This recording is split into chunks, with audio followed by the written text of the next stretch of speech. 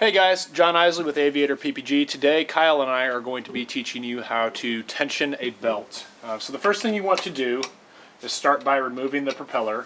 Now the next thing we're going to do is remove this air box, just to get it out of the way, give ourselves some room to work with. Another important thing to note here is that before we started, we made sure that the master switch was off, so there's no chance of us accidentally engaging this motor while we're working on it. The next thing we're going to do is we're actually going to remove this exhaust piece. It will take a little bit more time, but it will allow you to get a better angle of these two side bolts. We're going to start by removing these exhaust bolts right here. Alright, so now that we got those exhaust bolts undone, we're then going to move to these two exhaust mounts. Actually go behind here. We're going to remove this bolt first. We're going to take that completely out.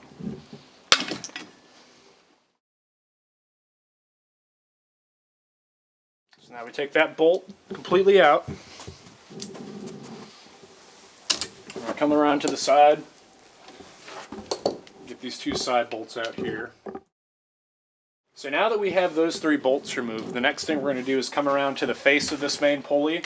We're actually going to tighten it from the front. And you'll notice that when I tighten it, this is me loosening it right here, we want it to tighten up and to the left instead of up and to the right. So we're going to tighten it up and to the left, just like so. So we're going to tighten this belt to a point where it has no more than 2 to 3 millimeters of play and no more than 20 to 30 degrees of deflection that we can actually press onto this belt. But the best way we've found to actually check the correct tension is to use a free app called Fine Tuner. That's F-I-N-E Tuner. We can use that to actually tension this belt to the correct setting and tune it. We can pluck it like a guitar string. And we're looking for no less than 350 hertz, but somewhere around 370, 375 hertz. So we'll see what we got here. So it's a little tight, so we'll come down a little bit, just a touch. A little too much, we're at about 305 right there. Come up a little bit.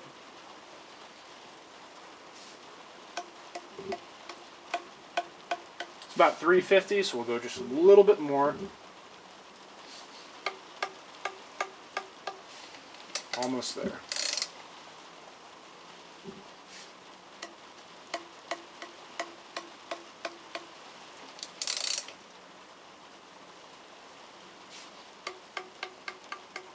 Right there. And now we can go back and reinsert these bolts.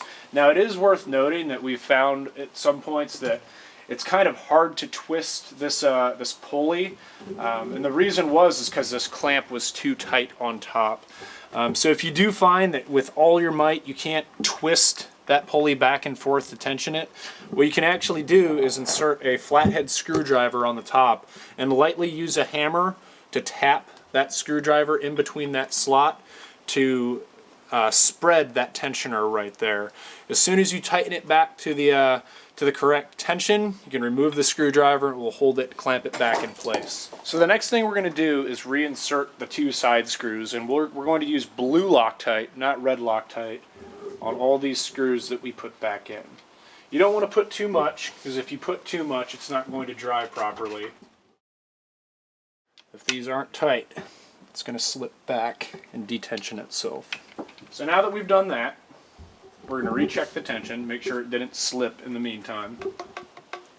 It's good.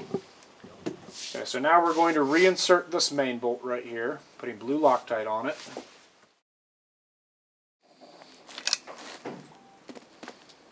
So now we're going to replace the exhaust.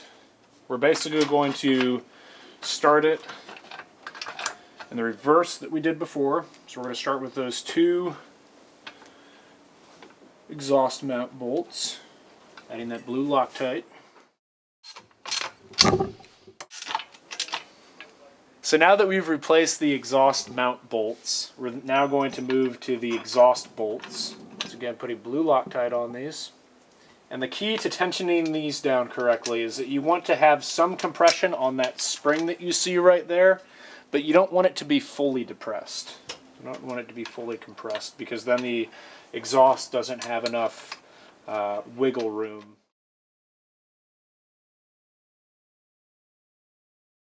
Alright, so we have all three of those exhaust bolts replaced now, and you can see that the spring is compressed but not fully compressed. That will allow the exhaust sections, the exhaust joints to actually vibrate when the motor is running. Next thing we're going to do is replace the propeller. Alright, so the prop is on, and the final thing that we're going to replace is the airbox. And everything's back on. So the last thing we're going to do is check everything that we just took off and then reinstalled. And I see that all of my bolts are there and I didn't skip any steps. So we hope that you learned something from this video. It's actually a pretty simple maintenance procedure to do. This only took us about 10 to 15 minutes. And it's pretty simple. Like I said, the Fine Tuner app does a good job for us. It's a free app that you can download. And please let us know if you have any questions. Thanks for watching.